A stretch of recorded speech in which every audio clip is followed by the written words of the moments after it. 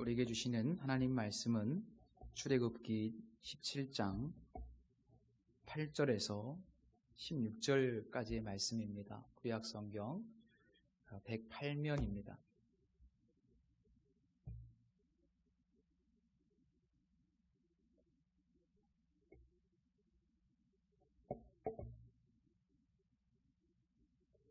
출애굽기 17장 8절에서 16절 말씀까지 우리 다 같이 한 목소리로 봉독해 올리겠습니다. 그때에 아말렉이 와서 이스라엘과 르비딤에서 싸우니라. 모세가 여호수아에게 이르되 우리를 위하여 사람들을 택하여 나가서 아말렉과 싸우라. 내일 내가 하나님의 지팡이를 손에 잡고 산 꼭대기에 서리라.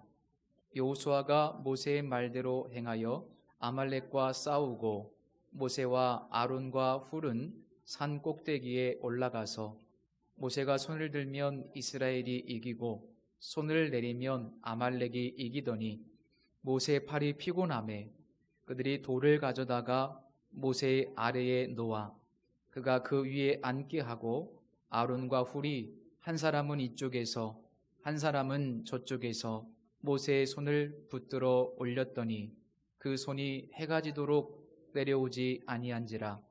여호수아가 칼날로 아말렉과 그 백성을 쳐서 무찌르니라. 여호와께서 모세에게 이르시되 이것을 책에 기록하여 기념하게 하고 여호수아의 귀에 외워 들리라. 내가 아말렉을 없이 하여 천하에서 기억도 못하게 하리라. 모세가 제단을 쌓고 그 이름을 여호와 니시라 하고 이르되 여호와께서 맹세하시기를 여호와가 아말렉과 더불어 대대로 싸우리라 하셨다 하였더라. 아멘. 거룩하신 하나님, 오늘도 하나님의 말씀의 거울에 비추어 우리를 양육하시는 하나님의 손길을 경험하기를 원합니다. 이 예배를 통해서 하나님께서 우리에게 원하시는 영적인 깨달음, 또 변화, 이 시간 성령께서 말씀을 통해서 역사해 주시기를 기대합니다. 우리의 평생에 그야말로 하나님을 아는 지식을 더하셔서 하나님과의 관계가 더 깊어지고 또 믿음이 신실해지고 그래서 언제나 어디서나 요동하지 않고 또 좌로나 우로나 치우치지 않고 하나님의 말씀을 따라 믿음의 길 걷게 하여 주옵소서. 오늘도 우리 주님께서 계시해 주시는 대로 하나님 깨닫게 하시고 주의 성령께서 운행하여 주옵소서. 예수님의 이름으로 기도드립니다. 아멘. 오늘은 여호와 니시라는 제목으로 함께 말씀을 나누겠습니다. 예수 그리스도께서 다시 오시면 우리는 완전한 승리에 참여하게 될 겁니다. 그러니까 오늘 이 예배는 그 승리의 날을 확인하고 미리 맛보는 현장이기 때문에 지금 우리가 현재를 살아가고 있지만 이미 그 승리한 미래에 참여하고 있다고 볼 수 있습니다. 또한 우리는 이 예배를 통해서 과거의 승리를 소환하고 기억합니다. 그 승리의 주체는 언제나 하나님이시기 때문에 오늘도 우리는 이 예배를 통해서 변함없이 우리에게 승리를 주실 그 하나님에 대한 믿음을 다시 회복합니다. 그래서 승리는 우리의 현재가 되고 이 사실은 우리에게 큰 기쁨이 됩니다. 출애굽을 한 이스라엘 백성들, 홍해를 건넌 이스라엘 백성들은 하나님의 인도하심 가운데 신광야를 지나서 르비딤이라고 하는 곳에 장막을 칩니다.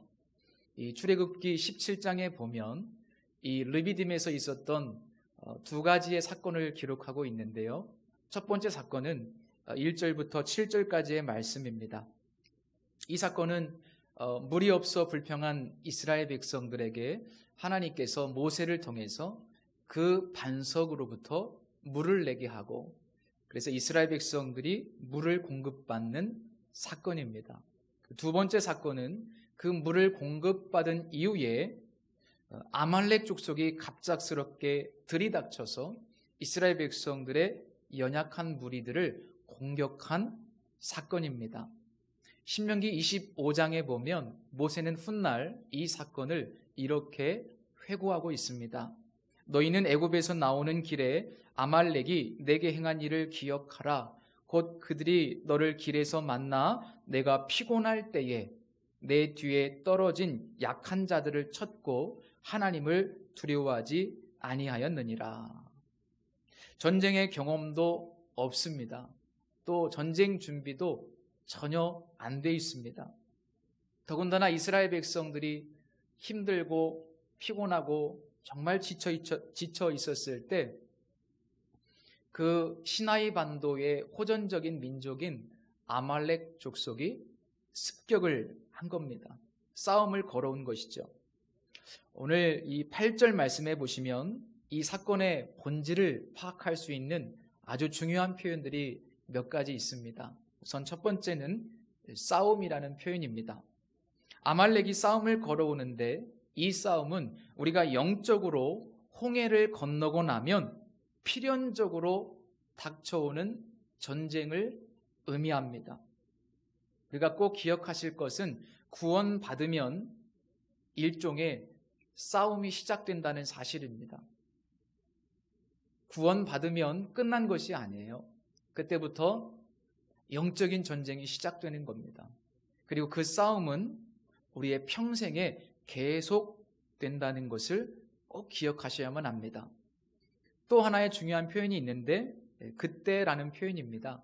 이 그때는 언제를 의미합니까? 그 반석에서 생수가 터져나온 이유, 그러니까 이스라엘 백성들이 물을 마시고 난 이유가 될 겁니다. 그렇다면 그 반석이라고 하는 것은 무엇일까? 또 그 반석에서 나온 생수는 무엇일까? 성경은 그냥 반석이라고 말씀하지 않고 그 반석이라고 하나의 반석, 하나의 바위를 지칭하고 있습니다. 신약 성경에 보면 사도 바울은 그 반석이 무엇인지를 이렇게 기록해 놓고 있습니다. 다 같은 신령한 음료를 마셨으니 이는 그들을 따르는 신령한 반석으로부터 마셨음에 그 반석은 곧 그리스도라. 고린도전서 10장 4절 말씀입니다. 그러니까 사도 바울은 그 반석이 바로 예수 그리스도다. 이렇게 해석을 해놓고 있습니다. 그러면 그 반석으로부터 물이 나왔다. 이건 무엇을 의미할까요? 물? 네, 그것은 바로 성령이죠. 성령. 우리 신약 성경에 보면 예수님께서 그런 말씀을 하셨어요. 그 배에서 생수의 강이 흘러나오리라. 이는 그를 믿는 자들이 받을 성령을 가리켜 말씀하신 것이라. 자, 이 말씀에 의하면 반석에서 솟아나오는 물은 성령이시죠. 그렇다면 이 내용을 우리 성도님들 개개인에게 적용해 볼 때 구원받은 것, 그것은 뭐예요?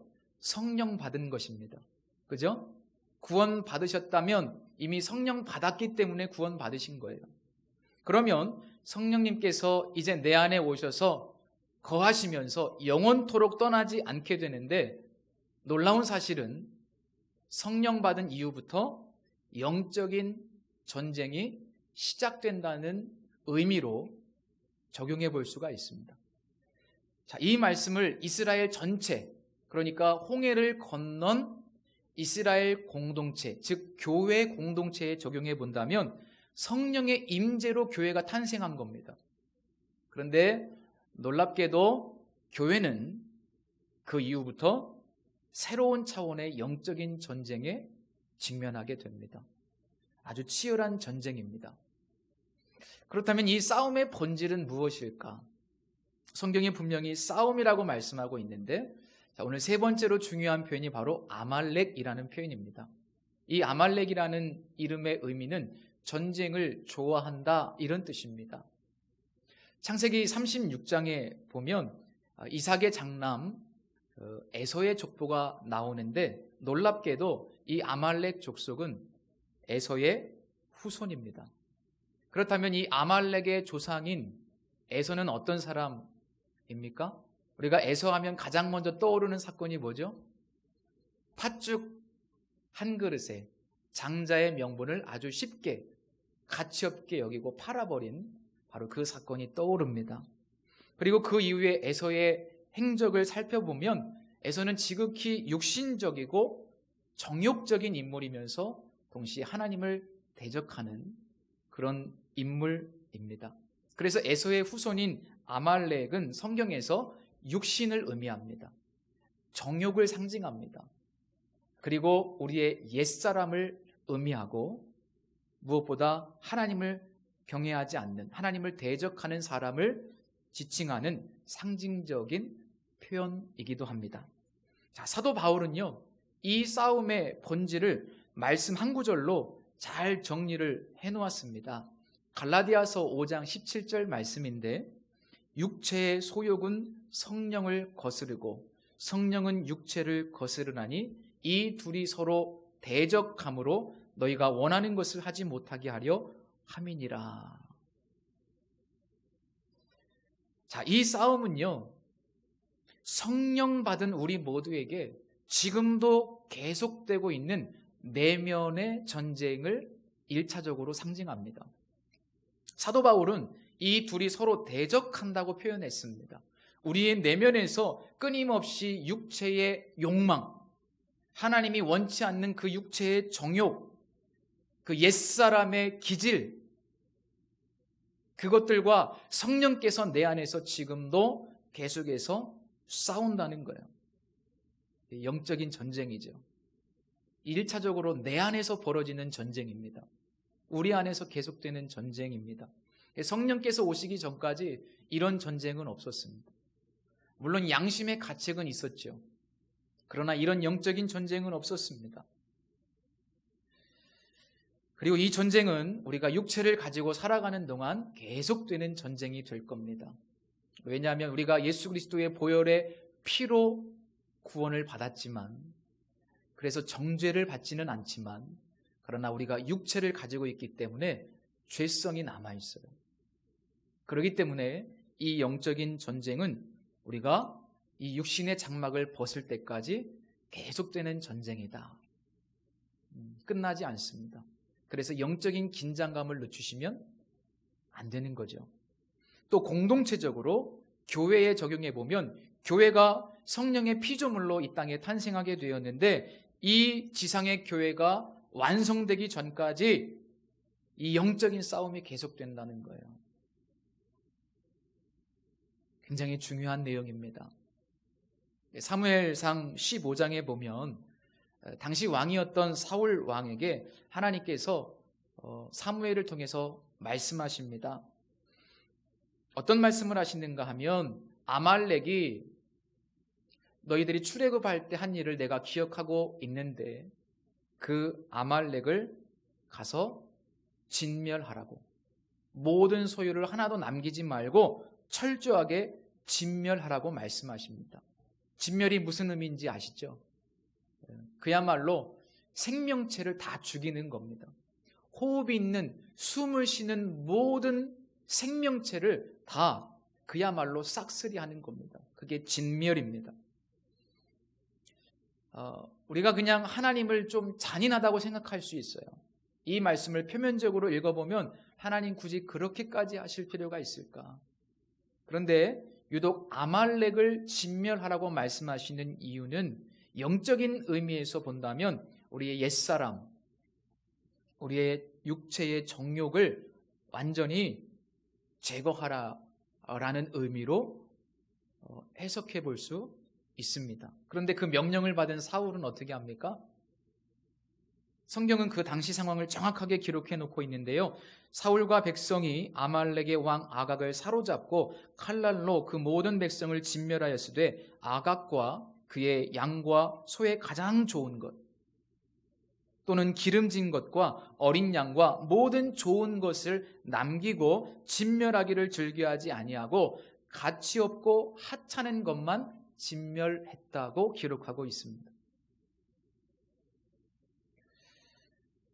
결국 적당한 타협을 했다 이 말입니다. 끊지 못한 겁니다. 눈에 보기에 좋은 것, 기름진 것, 그런 것들을 진멸하지 않았어요.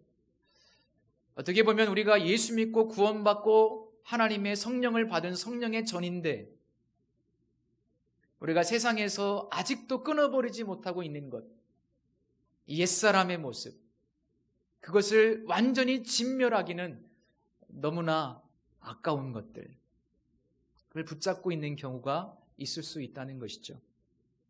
육체의 정욕을 완전히 끊지 못한 거죠. 이것은 쉬운 일은 아닙니다. 그런데 하나님은 아말렉을 진멸하라고 말씀하고 있습니다. 그래서 우리 사무엘상 15장에 나온 이 사건을 통해서 하나님께서 우리에게 원하시는 것을 분명하게 깨달을 수 있죠. 육체의 정욕을 제어하는 것, 타협하지 않는 것, 옛사람의 일을 이제 벗어버리는 것, 그것이 하나님의 거룩한 뜻임을 알 수 있습니다. 이 아말렉은요, 우리의 육체적인 욕망을 끊임없이 자극하는 내면의 전쟁을 의미하죠. 그래서 끊임없이 우리를 공격하기 때문에 우리가 자칫 잘못하면 하나님의 말씀에 불순종할 수도 있고, 혹은 부분적인 순종을 할 수도 있고, 적당한 순종을 할 수도 있습니다. 우리가 적당한 순종하는 경우가 있죠. 부분적인 순종하는 경우가 있죠. 그 육체의 정욕의 공격을 이기지 못한 겁니다. 거룩하신 하나님의 자녀를요, 아말렉은 끊임없이 육체적인 사람으로 우리를 그렇게 추락하게 만듭니다. 성경은 육체의 일을 몇 가지로 이렇게 정리해 놓고 있습니다. 갈라디아서 5장 19절 이하의 말씀인데, 육체의 일은 분명하니 음행과 더러운 것과 호색과 우상 숭배와 주술과 원수 맺는 것과 분쟁과 시기와 분냄과 당짓는 것과 분열함과 이단과 투기와 술취함과 방탕함과 또 그와 같은 것들이라. 사도 바울이 몇 가지 열거해 놓고 있는데, 분쟁과 시기와 분내는 것들, 당짓는 것들, 분열하는 것들. 여러분, 이 말씀은 저 세상 사람들에게 주시는 말씀이 아니고요, 오늘 우리 성령 받은 그리스도인들에게 주시는 경고의 말씀입니다. 우리들에게도 얼마든지 이런 일들이 일어날 수 있다는 거죠. 이게 영적인 세계에서 지금도 일어나는 일입니다. 그 결과는 너무나 비참합니다. 우리가 예수 믿고 구원은 받았지만 세상에 살면서 육신이 된다면, 옛사람의 모습을 끊지 못한다면 그 결과는 너무나 비참해요. 공동체적으로 적용해 본다면 이 교회가 아말렉의 공격을 받으면 어떻게 됩니까? 이 세상에 있는 인본주의가 들어와 버려요. 세속화됩니다. 그래서 마치 요한계시록에 나오는 4대 교회, 자기들은 살아있다고 말하지만 실상은 죽어있는 교회, 그런 교회가 될 가능성이 굉장히 많습니다. 경건의 모양은 있지만 경건의 능력은 찾아볼 수 없는 그런 교회, 그런 교회가 이 세상에 얼마나 많습니까? 본문 9절에 보면 모세가 여호수아에게 이야기합니다. 우리를 위하여 사람들을 택하여 나가서 아말렉과 싸우라. 성도 여러분, 아말렉은 싸워야 될 대상입니다. 우리가 피 흘리기까지 이 문제를 가지고 타협하지 말고 싸워서 이겨야 합니다. 적극적으로 육체의 소욕을 물리치라, 이 말입니다. 옛사람의 본성과 적극적으로 싸우라, 이 말씀입니다. 교회가 이 영적인 공격으로부터 전쟁을 수행하고 적극적으로 싸우지 않으면, 그런 영적인 인식이 없으면 교회가 무너지는 거예요. 싸워야 됩니다. 모세가 이야기합니다. 내일 내가 하나님의 지팡이를 손에 잡고 산 꼭대기에 서리라. 그런데 11절 말씀을 한번 보시죠. 모세가 손을 들면 이스라엘이 이기고 손을 내리면 아말렉이 이기더니. 참 놀라운 말씀입니다. 이 말씀을 보면 이 싸움의 승패는 싸움의 현장에 달려있지 않음을 알 수 있습니다. 숫자의 많고 적음이나 무기나 혹은 사람의 문제가 아닙니다. 손을 드느냐, 손을 내리느냐에 따라서 이 싸움의 승패가 결정됩니다. 그러면 이 전쟁에서 손을 드는 행위가 가장 중요한데, 그렇다면 손을 든다는 것은 어떤 의미일까? 이스라엘 백성들에게 손을 든다는 것은 항복의 표현으로 하나님께 전적으로 맡긴다는 의미입니다. 항복하는 거죠. 하나님께 전적으로 맡기는 겁니다. 자, 구약 성서에 보시면 맡긴다라는 표현이 종종 등장하죠. 내 하나님께 맡기라. 이 맡긴다라는 표현은 가장 사전적인 의미는 굴린다라는 뜻입니다. 구르다 혹은 굴리다. 그래서 맡긴다라는 것은 어떤 의미인가 하면 나의 문제를 내게로부터 굴려서 하나님께로 옮겨 놓으라 이 말입니다. 이게 맡긴다는 표현의 의미예요. 그렇다면 내 문제를 지금 나로부터 이렇게 굴려서 하나님께 옮겨놓는 그 실제적인 구체적인 행위가 뭘까? 그것이 바로 기도라는 겁니다. 기도가 중요합니다. 그래서 히브리인들에게 손을 드는 행위는 기도를 의미합니다. 구약의 대표적인 말씀이 있는데 시편 28편 2절 말씀입니다. 내가 주의 지성소를 향하여 나의 손을 들고 주께 부르짖을 때에 나의 간구하는 소리를 들으소서. 내가 지성소를 향해 손을 들고 부르짖고 간구하는 나의 기도를 들으십시오. 사도 바울은 이런 어떤 배경 속에서 디모데전서 2장 8절에서 이렇게 권면합니다. 그러므로 각처에서 남자들이 분노와 다툼이 없이 거룩한 손을 들어 기도하기를 원하노라. 특별히 디모데에게 편지 쓸 때 남자들이 각처에서 기도하기를 원한다. 남자들이 더 쉽게 타락할 수밖에 없었던 그 당시의 구조. 남자들이 거룩한 손을 들어 하나님께 기도하기를 원한다. 결국 개인이든 교회 공동체든 이 영적인 공격, 영적인 적인 아말렉과 싸워서 승리할 수 있는 유일한 비결은 기도밖에는 없다는 것을 하나님은 이 구원받은 광야의 백성들에게 오늘도 이 사건을 통해서 레슨하고 있습니다. 유한한 인간이 무한하신 하나님의 능력을 덧입는 통로, 그것은 바로 기도죠. 기도밖에 없습니다. 이미 이론적으로 우리가 다 알고 계신데 기도가 승리의 열쇠라는 겁니다. 이 말씀에 의하면 우리가 지금 손을 내리고 있다면, 그러니까 지금 기도의 생활을 쉬고 있다면 그것은 정지 상태가 아니라 이미 아말렉에게 밀리고 있다고 해석할 수 있습니다. 내가 지금 정지 상태에 있다고 생각할 수 있는데 실상 우리의 내면에서는 이미 아말렉이 점점 더 우리를 점령하고 있는 겁니다. 이건 부인할 수 없습니다. 기도하지 않기 때문에 물리칠 수 있는 힘이 점점 줄어드는 겁니다. 왜 우리가 쉽게 쓰러집니까? 기도하지 않기 때문에 넘어지고 쓰러집니다. 왜 우리가 유혹의 싸움으로 대적하지 못합니까? 왜 유혹을 물리치지 못합니까? 그 물리칠 수 있는 영적인 힘이 고갈됐기 때문이죠. 너무나 단순할 수 있는 진리인데 기도 외에는 없습니다. 교회도 마찬가지예요. 너무나 순진한 진단일 수도 있지만 교회가 쇠퇴한다면 여러 가지 원인 가운데 가장 중요한 원인은 기도가 점점 사라지기 때문일 가능성이 많습니다. 저는 굉장히 두려워요.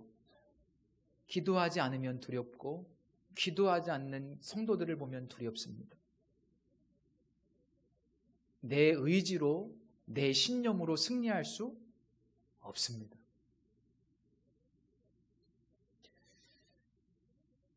또 한 가지 중요한 것은 기도가 꾸준해야 된다는 것을 깨닫습니다. 우리가 필요할 때 하나님께 무엇인가를 얻는 간구의 기도를 드릴 수 있어요. 그런 기도 필요합니다. 그러나 필요할 때만 하나님께 기도하는 자세가 아니라 꾸준하게 매일 그야말로 성경에 쉬지 말고 기도하라고 말씀하고 있는데 우리가 매 순간 우리의 삶의 자리에서 꾸준하게 기도하는 것이 굉장히 중요합니다. 왜? 꾸준한 기도가 사라지면 어느새 육신적인 욕망이 점점 내 안에서 자라기 때문에 그것이 나를 압도하기 때문에 평상시에도 계속 기도해야 돼요. 요즘 새벽 기도 시간에 그 사사 삼손에 대한 이야기를 함께 살펴보고 있는데 삼손을 보면 너무나 안타깝습니다. 딱 이런 경우에 속한다고 봅니다. 삼손은 나면서부터 나실인이었습니다. 특별한 은사를 주셨고 또 하나님께서 특별한 순간순간마다 위기의 순간마다 성령을 부어주셔서 삼손을 구원하시고 삼손을 통해서 큰 일을 하셨습니다. 그런데 안타까운 것은 성경을 보니까 점점 삼손이 변화되어 가는 것이 아니고 변질되어 갑니다. 점점 육체가 됩니다. 육신의 쾌락을 즐기고 하나님의 말씀을 경시하고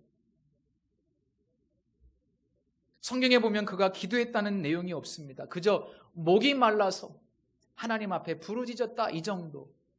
하나님 내가 마지막에 원수를 좀 갚게 해주십시오. 원수 갚게 해달라 이 정도. 결국 삼손은 아주 서서히 육신의 쾌락에 빠지게 되고 그걸 물리칠 수 있는 힘이 없어진 거죠. 그래서 모든 힘을 잃어버리고 적들에게 잡혀서 두 눈이 뽑히고 조롱당하고 결국 비참한 최후를 맞이하게 됩니다. 너무나 안타까워요. 하나님이 삼손에게 그런 삶을 원하셨을까요? 그렇지 않습니다. 사도 바울이 저 갈라디아 교회를 향해서 이렇게 일갈합니다. 너희가 이같이 어리석으냐? 성령으로 시작하였다가 이제는 육체로 마치겠느냐? 우리 성도들이 그러지 않기를 바랍니다. 그러지 않기를 정말 진심으로 바랍니다.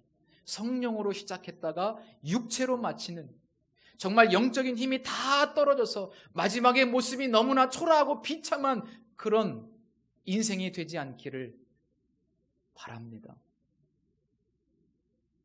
그래서 옛날 은혜 가지고 사시면 안 돼요.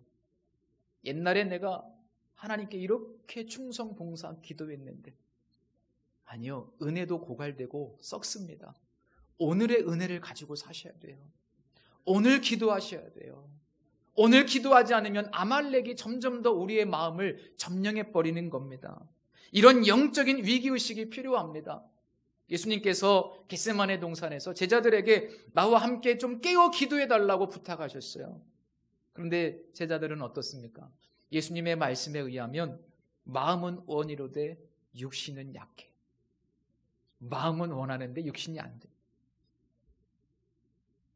꾸벅꾸벅 졸고 있는 모습, 영적인 모습이죠. 위기의식을 가져셔야 됩니다. 정말 기도해야 한다는 것은 알지만 실제로 우리가 기도의 자리에 있지 않다면, 매일매일 기도의 골방에 들어가지 않는다면 우리의 영혼은 마치 저 겟세마네 동산에서 꾸벅꾸벅 졸고 있는 제자들처럼 그런 상태라는 것을 두려운 마음으로 인식하셔야만 합니다.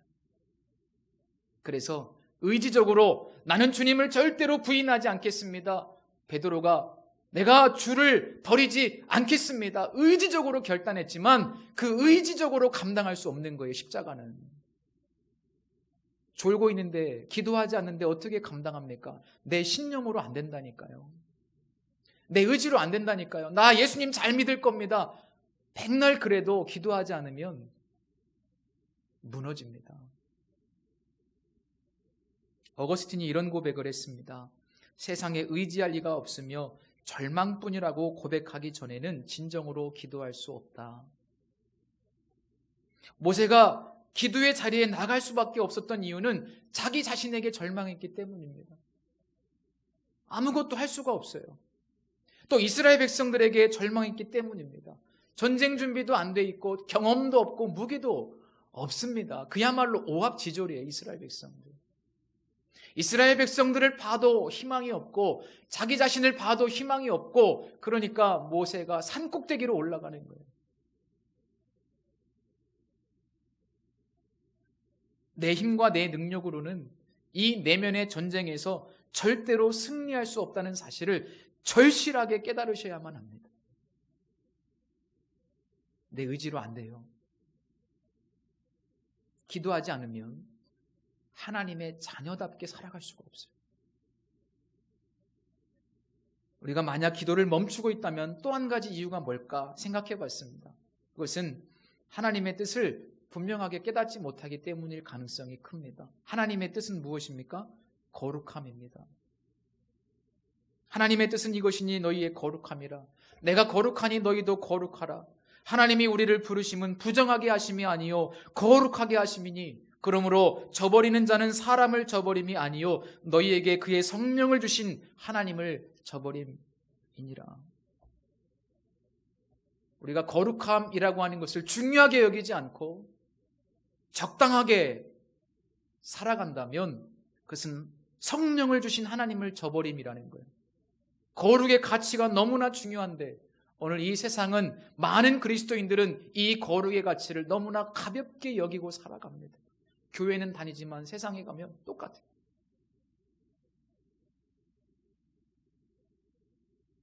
예수 믿는다고 하는 분들조차도 때로는 이 세상에서의 행복을 더 중요하게 생각합니다. 그런데 제임스 패커는 거룩의 재발견이라는 책에서 이런 이야기를 합니다. 거룩함은 본질이고 행복은 거기에서 파생되는 부산물이다.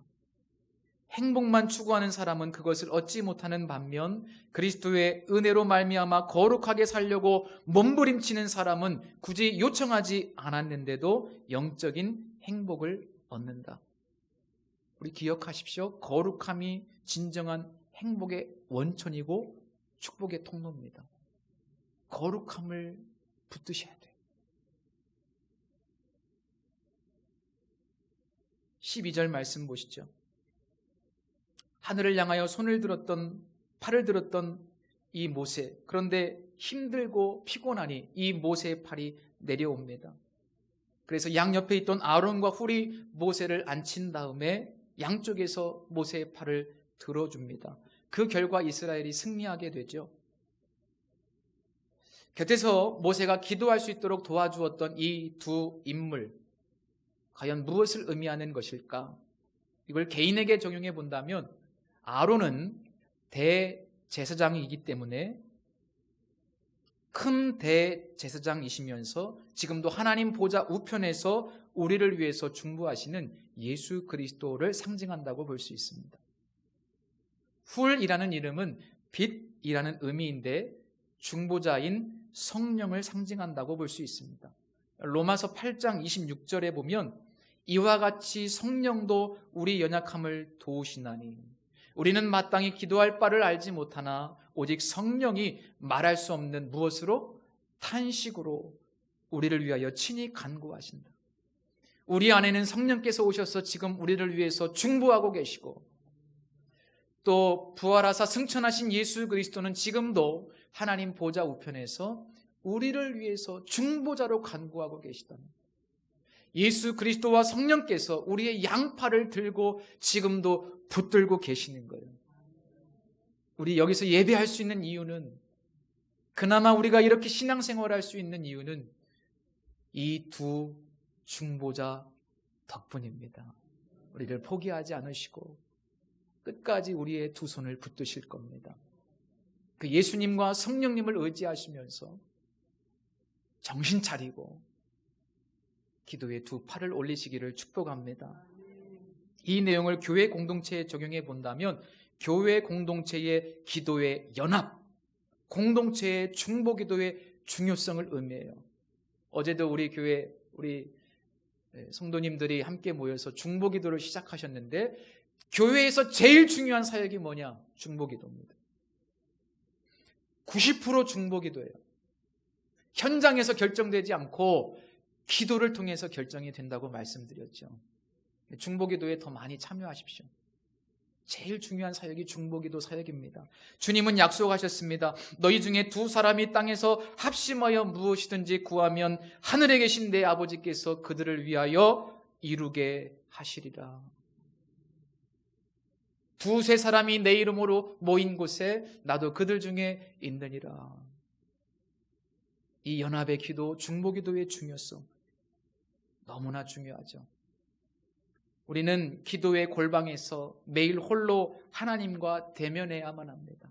내 내면의 영적인 전쟁에 승리하기 위해서, 그러나 또 승리하는 교회가 되기 위해서, 우리 비전교회가 하나님 앞에 쓰임받고 이 치열한 영적인 전쟁에서 승리하고 하나님의 통치를 이 땅에 이루는 하나님의 도구가 되기 위해서 우리는 다 함께 모여 기도해야 될 책임이 있는 거예요. 이건 책임입니다. 승리 후에 모세가 제단을 쌓습니다. 제단을 쌓았다는 것은 승리를 주신 하나님께 영광을 돌렸다는 것이죠. 이 제단의 이름이 바로 여호와 니시입니다. 은혜 안에서 끊임없이 계속되는 내면의 전쟁, 그리고 교회가 직면한 영적인 전쟁은 누구에게 속한 것입니까? 여호와께 속한 것이라는 거예요. 여호와께 속했습니다. 그래서 나를 앞세우지 말고 전적으로 하나님을 의지하면 반드시 승리할 것이라고 하는 고백, 그 신앙의 고백을 담은 제단을 쌓습니다. 하나님을 의지하는 최선의 방법은 기도입니다. 승리의 비결은 기도입니다. 16절, 여호와께서 맹세하시기를 여호와가 아말렉과 더불어 대대로 싸우리라. 이 치열한 영적인 전쟁은 앞으로도 계속될 것이지만 우리가 기도로 하나님을 의지하기만 한다면 한 번의 승리가 아니라 계속해서 승리할 것이고 또 마침내 완전히 승리하게 될 거라는 하나님의 약속입니다. 기도하겠습니다. 전능하신 하나님, 이스라엘 백성들로 하여금 이 광야의 시간을 통해서 또 다른 레슨을 하시는 것을 봅니다. 너무나 잘 알고 있는 내용이지만 그러나 잘 실천되지 않는 내용이기도 합니다. 다시 한번 기도의 중요성을 깨닫고 기도의 골방으로 들어갈 수 있도록, 또 성도들이 함께 연합하여 개인의 승리뿐만 아니라 교회의 승리를 위해서 함께 기도할 수 있는 우리 비전교회가 될 수 있도록 축복해 주옵소서. 성령으로 시작했다가 육체로 끝나지 않도록 주님 은총을 베풀어 주옵소서. 예수님의 이름으로 기도드립니다. 아멘. 우리 찬송가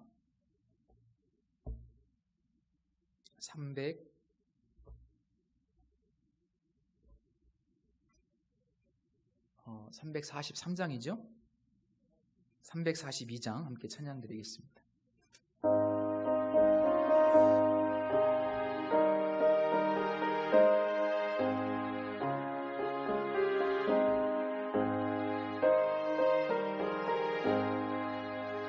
너 시험을 당해 죄 짓지 말고 너 용기를 다해 꼼을 이치라. 너 시험을 이겨 새 힘을 얻고 주 예수를 믿어 늘 승리하라. 우리 구주의 힘과 그의 위로를 빌라. 주님 내 편에 서서 항상 도우시리. 내 친구를 삼가 잘 선택하고 너 언행을 삼가 늘 조심하라.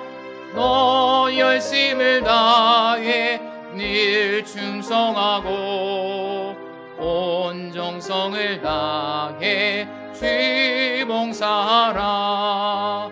우리 구주의 힘과 그의 위로를 빌라. 주 주님 내 편에 서서 항상 도우시리.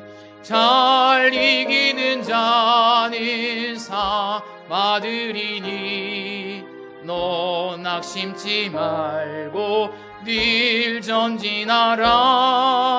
내 구세주 예수 힘 주시리니 주 예수를 믿어 늘 승리하라.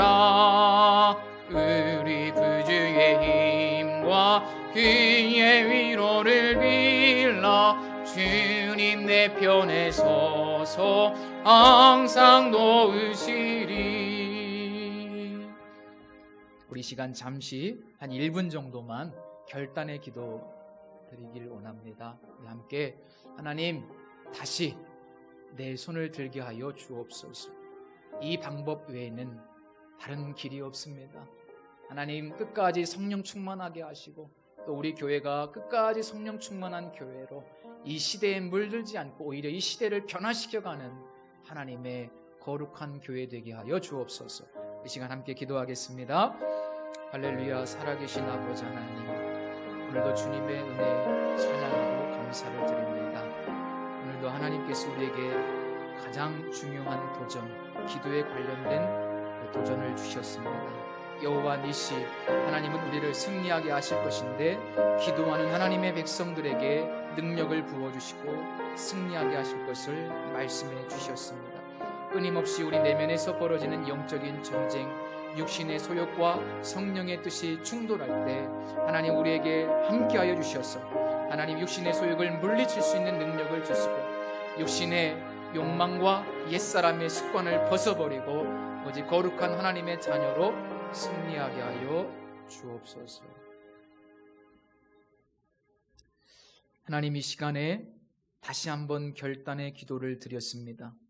우리의 결단이 무너지지 않도록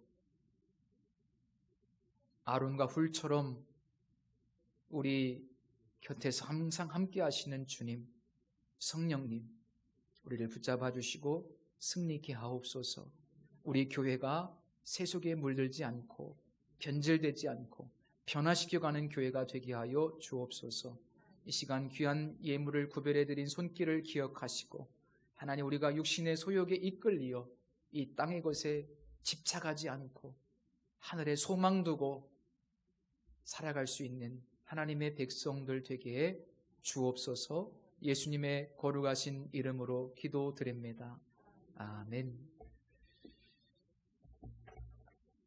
다음 주 일부 예배 대표 기도는 박성만 집사님께서 섬겨주시겠습니다.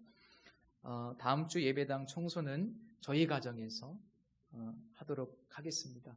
어제는 또 많은 분들이 함께 오시고 오전에 어떤 분이 오셔서 마치 우렁이 각시처럼 청소도 조금 해놓고 가셨는데 감사를 드립니다.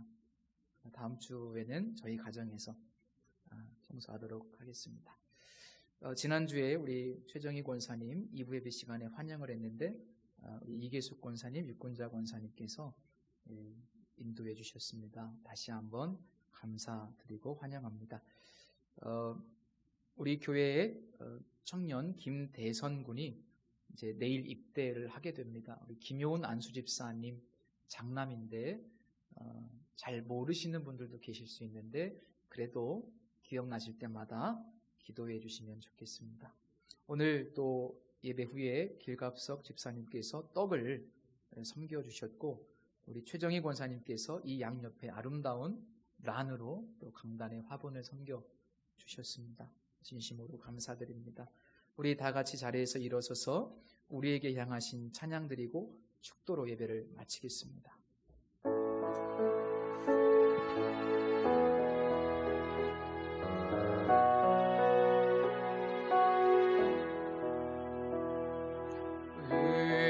우리에게 향하신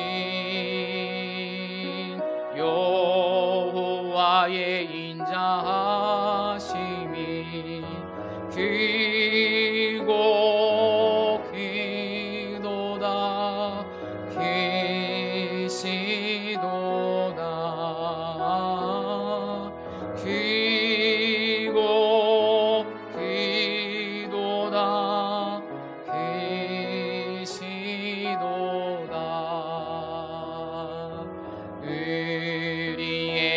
향하신 여호와의 진실하심이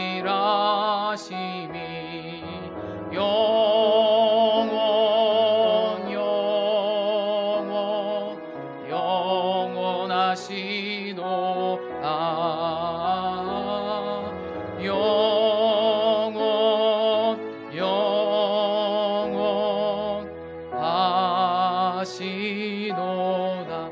우리 옆 사람을 축복하면서요.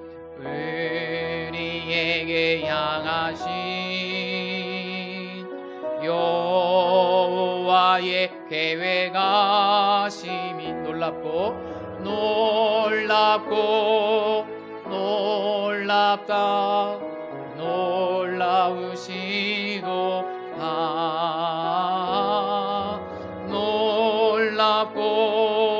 놀랍다 놀라우시도다.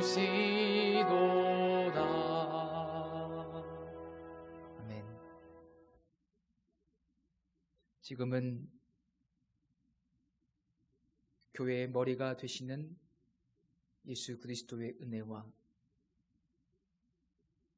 영원하신 하나님의 무한하신 사랑하심과 성령님의 충만 교통하심이 오직 기도만이 이 영적인 전쟁, 내면의 전쟁, 사단의 공격으로부터 승리할 수 있는 유일한 비결임을 다시 한번 마음에 확신함을, 기도의 골방으로 들어가고 기도의 연합을 이루기로 다짐하는 모든 성도들 머리 위에, 우리 비전 교회 위에, 흩어져 있는 우리의 사랑하는 자녀들 머리 위에 이제로부터 영원토록 함께 계실지어다. 아멘.